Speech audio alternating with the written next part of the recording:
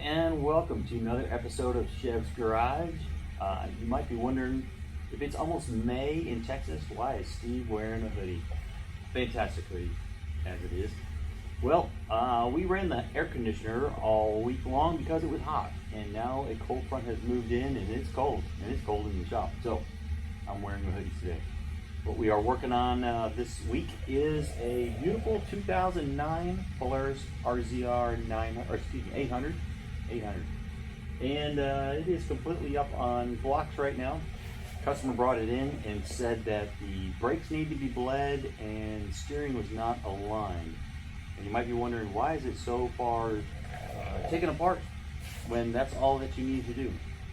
Well, we took the customer's advice and we tried to bleed the brakes, and sure enough, it doesn't really have any brakes. So bleeding the brakes is not the problem. Let's dive into this a little deeper. So customer put new brake calipers and brake pads on it.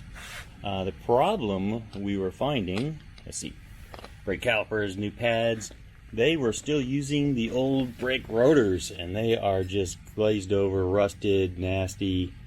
Some of them have some grooves in them, and so that was part of the problem, was you needed some new rotors. The other problem was when we pressed on the brakes, it lost all its pressure. The master cylinder was not holding pressure, so that was part of it. Also, the safety sensor, yeah, it's shot. Need to replace that also. He had jumpered it with a piece of wire so that he could start the unit still, even though it was not getting any good brake pressure. Oh, also, what we found, we suggested replacing all of the brake lines. There's one of the front brake lines. See if you can focus on that. Almost split. It was rubbing on the wheel. Not good. The other brake lines, again, they have issues, cracks. Even the braiding is gone. It's down to just the inner tubing, just cracked all the heck. We were going to replace all four. Customer said I'm on a budget, so two of them are worth saving. So it wasn't bleeding the brakes. That was not just the problem. There was more to it. Let me flip the camera around here. Let me flip this camera around.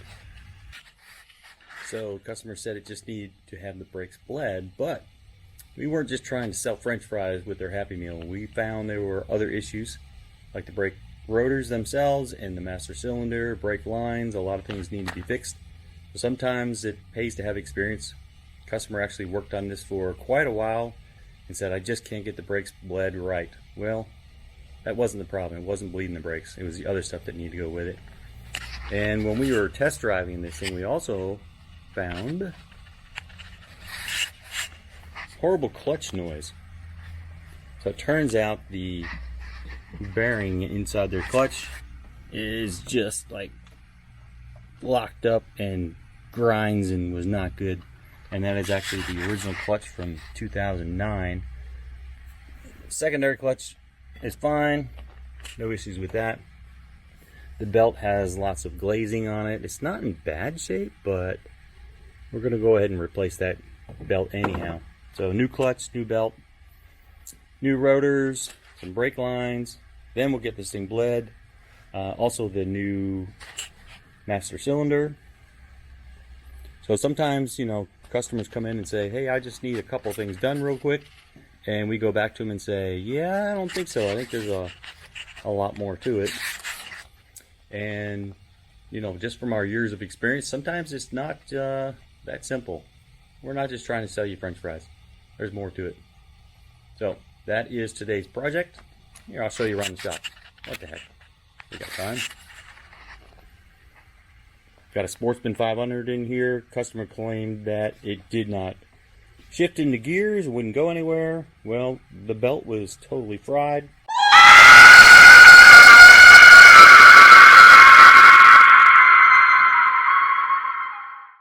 So we're putting a new belt on that rascal also. We got a 2009 Ranger in here doing a full makeover on it. It's actually a pretty nice unit, but it needed a lot of stuff. It has 0 bushings at all in it.